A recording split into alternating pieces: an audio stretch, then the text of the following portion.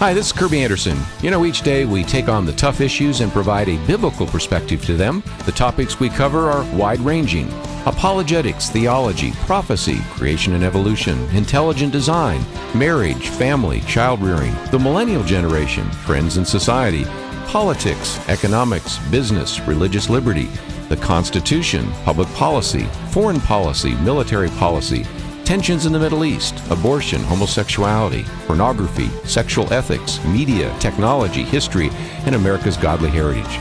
We talk about anything that affects your faith, your family, or your freedom. So don't go anywhere, because Point of View starts right now.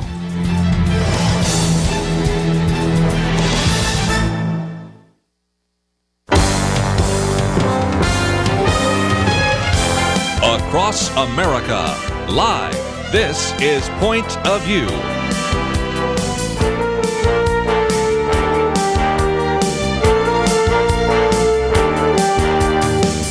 And now, Penna Dexter.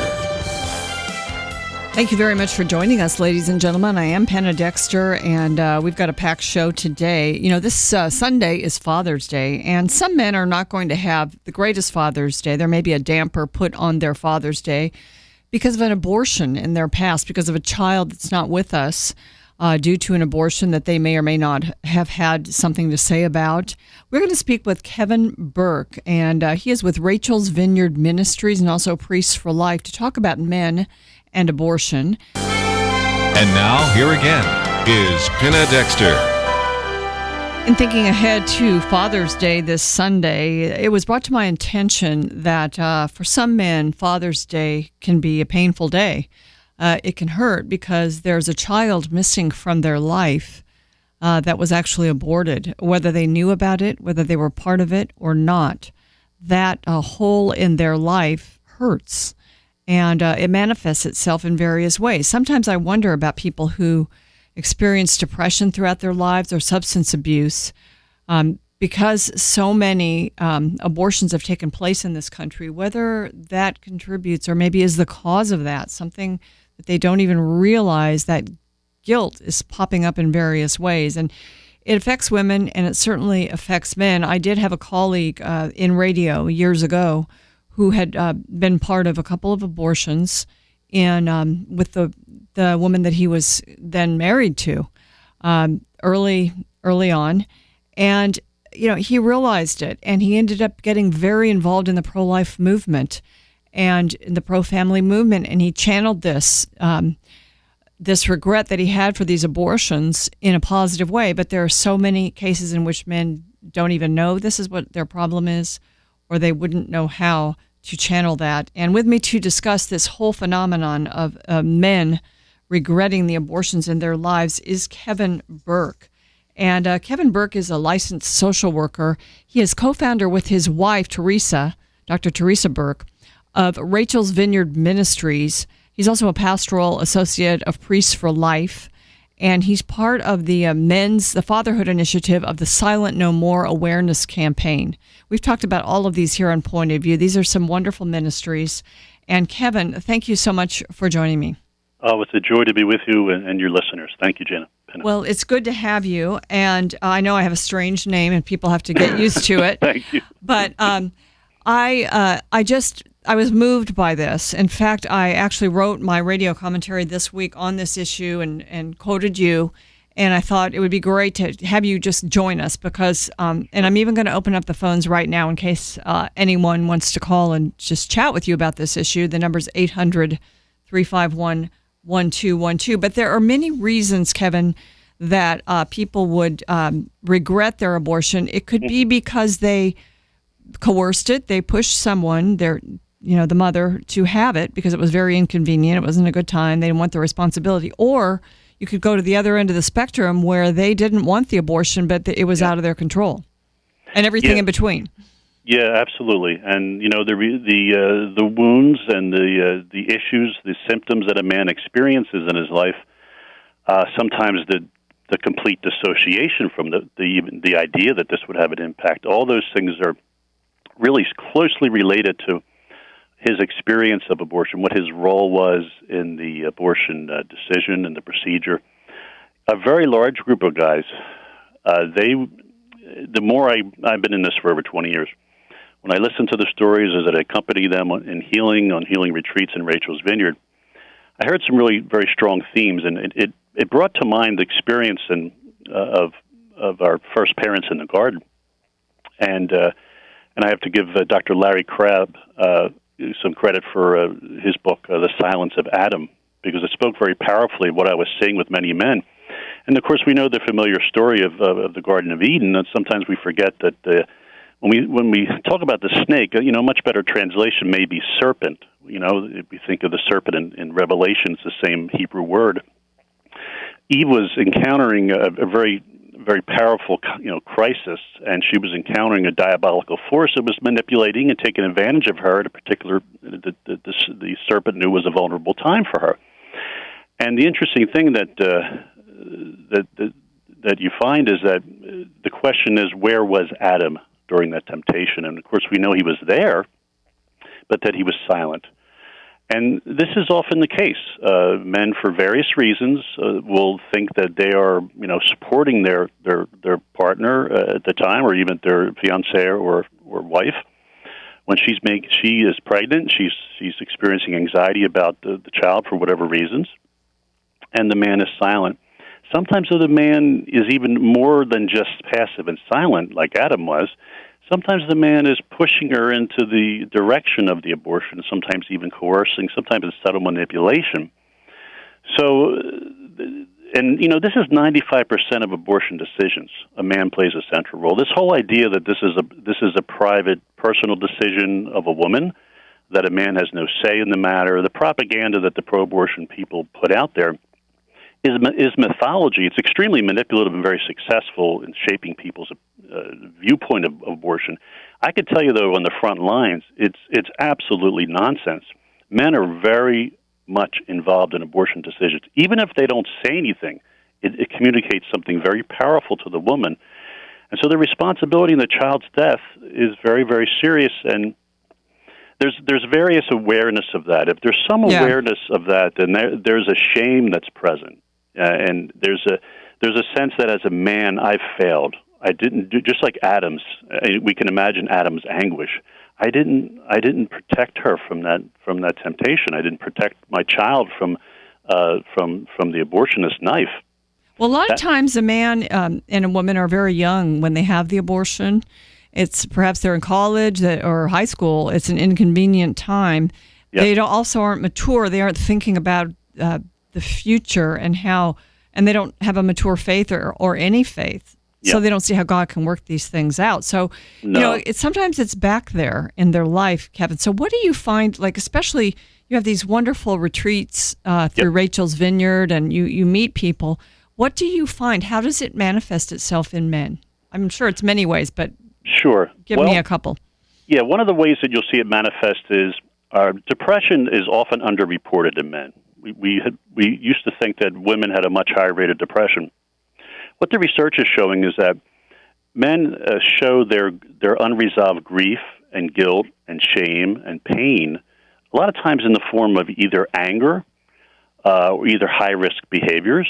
And I'll share something that's very interesting, which is some of the Rachel's Vineyard work that's going on in maximum security prisons for men. And really? You would be amazed at the abortion rate in these facilities of the guys who have abortion in their history. And the abortion has a particularly powerful dynamic with men who, in a sense, felt emotionally aborted growing up. And you can imagine a lot of guys in prison have father issues. I don't think that would be a surprise to anyone listening, that there's wounds there with their dads. And so there's that sense of being emotionally aborted by their fathers, and either through violence or through neglect and abandonment, which are equally and powerfully hurtful for a guy. When he then later, as a young man, participates in the death of one of his children, there's this. They don't understand this rationally, but emotionally, it has this powerful effect. They've experienced the pain as a child of being neglected. Now they become the perpetrator. Wow. And so where that gets funneled a lot of times is in this high risk anger, expressing that anger in relationships and criminal activity, and that adrenaline, of course, also serves to treat depression and anxiety and the other symptoms that can be there if you're not dealing with that very natural need to grieve that loss. Ladies and gentlemen, there are several great websites. One is Healing the Shockwaves of Abortion, the Silent No More Awareness Campaign, which the idea there is stories being shared helps in the healing. And Rachel's Vineyard. These are all good places to go and to look. But the Shockwaves idea, as you describe what happens with men, and especially these prisoners, Kevin, and we're coming up on a break, but we can kind of address this after the break. Okay. It makes me think about, the fact that we had this decision in 1973, the fact that we have legal abortion in the country. There are so many results from that. And one of it has to do with perhaps depression, crime, substance abuse, all of these things in men and women that, we have not thought about those things to a great enough degree, I think, when we think about the whole idea of abortion as being a right for people.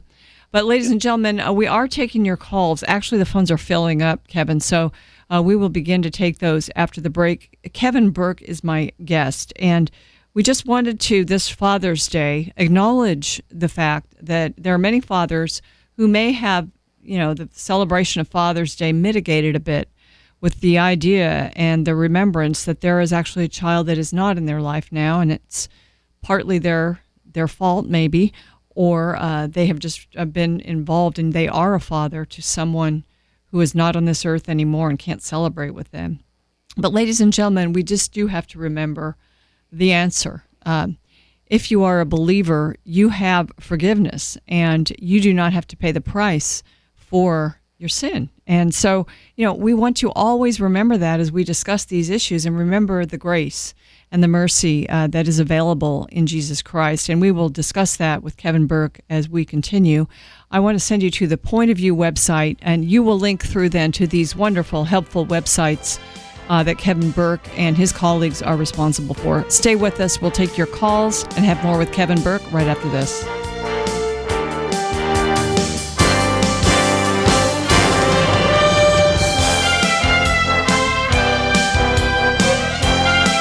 Now, back to Point of View, your listener-supported source for truth. Welcome back to Point of View. I'm Penna Dexter. My guest is Kevin Burke. He's co-founder with his wife, Dr. Teresa Burke, of Rachel's Vineyard, which is a beautiful retreat program for spiritual and emotional healing after abortion. And he's also the author of several books, including Redeeming a Father's Heart, and he's head of the Silent No More Awareness Campaign's Fatherhood Initiative. And Kevin, we're speaking about the shockwaves of abortion. There are shockwaves that come from this, aren't there? Absolutely. I think that when you look at abortion decisions, we think usually of the mother, if we even are aware of her anguish and pain, and obviously the death of the child, which is a great tragedy. But so often in those abortion decisions, grandparents are involved. Friends, and how many? I can't tell you how many stories I've heard of abortions where someone's talking about their abortion on a Rachel's Vineyard weekend, men and women, and they talk about the brother that gave them money for the procedure, the girlfriend that drove her to the abortion center. All these people are, in a sense, accomplices in that child's death and are impacted in various ways by that loss. So absolutely, the shock waves reach out into our society. When I was talking about that prison issue, just thinking, we know that the abortion industry targets our poorest neighborhoods. They are most vulnerable for post-abortion reactions. They are least able to withstand the after effects of fathers being wounded even further, who have had issues with their own dads, and the drug abuse and the various family problems that you see in poorer communities. Abortion just takes the sparks and just kind of pours gasoline on them and lights them on fire. Oh. Let's take a call from Jeremy in the state of Texas. Hi, Jeremy. Thank you for calling in. Yeah, thank you for taking my call. I got to say, basically, that Kevin's spot on about a lot of things. I'm 41 years old right now. I'm actually headed back since to Dallas for burying my sister, which I watched my dad put her in the ground today. And Father's Day is coming up. I have had a few girlfriends that did not want my child. And no matter how much I begged and pleaded, I even said, give me the child, we'll go our own ways. Yeah. I still to this day can't let go. And I'm married now. I'm separated, sadly enough. My wife and kid are coming back from France today, oddly enough. She's French. I do have a wonderful, beautiful 4-year-old and a woman that actually wanted to have my kid finally. Yeah. And I'm destructive a lot of times. I've been that way for years. Self-destructive. Yeah. Sure. And drugs, alcohol. Mm-hmm. Not putting a gun to my head, but doing all the things that could easily put me down. Jeremy, first I just want to say I'm so sorry. You've experienced really the most traumatic loss that a man can experience, which is being powerful to protect his unborn child from death. I'm deeply sorry for your loss, and one of the things I'm wondering is, first, and also your courage to call and share, because others listening now have also experienced what you have. Have you had a chance to go through a healing program, a Bible study, or a Rachel's Vineyard retreat, a program like that that's really specifically designed to help you heal of that deep, deep wound? Have you had that chance to do that?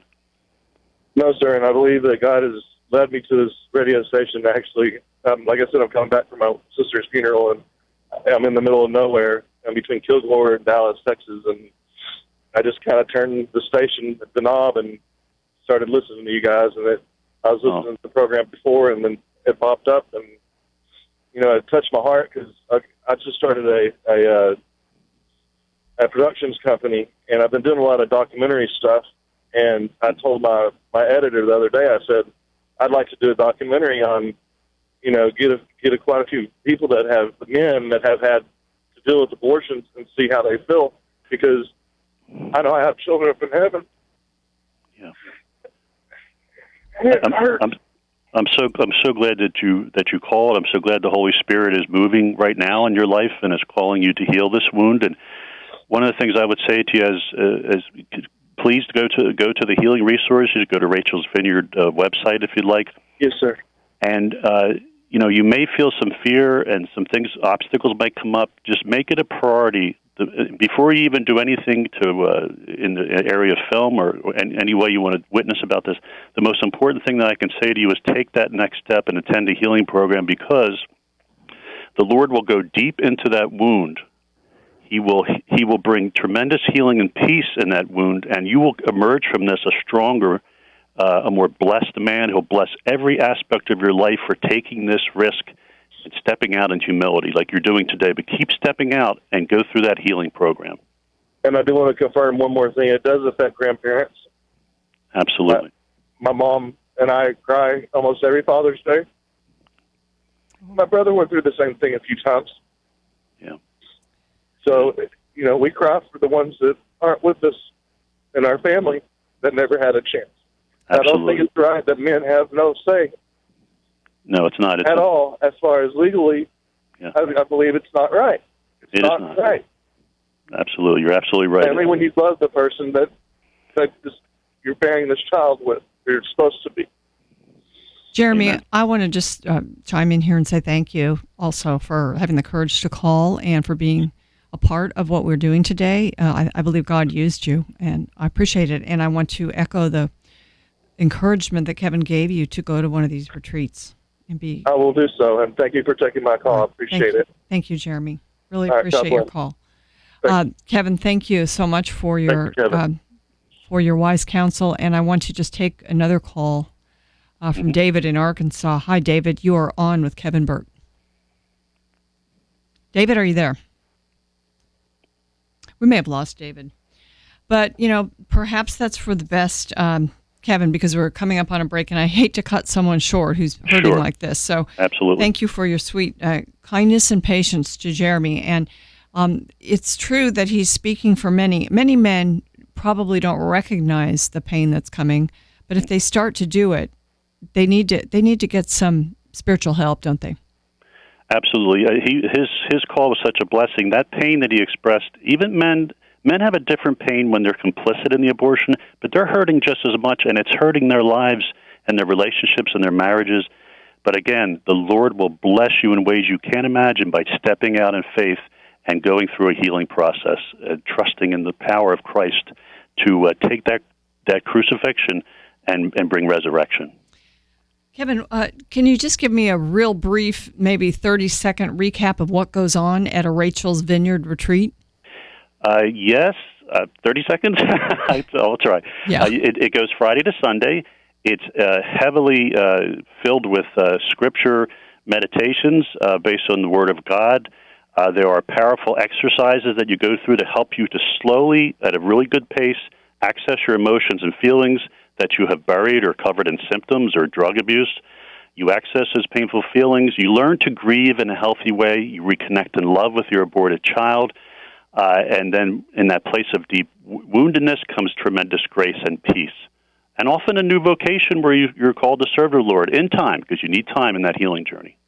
And men and women are both welcome at Absolutely. these retreats, Men, women, grandparents, siblings, anyone who has been directly involved in the death of an unborn child is welcome. And people do beautifully on the retreats, men and women. And couples as well are also welcome. Kevin, thank you so much for joining me today. I actually wish that I had invited you for a lot longer, because I know we have such a response. So we will have you back. I hope that you will join us again. But thank you so much for joining me today. What a blessing. Thank you.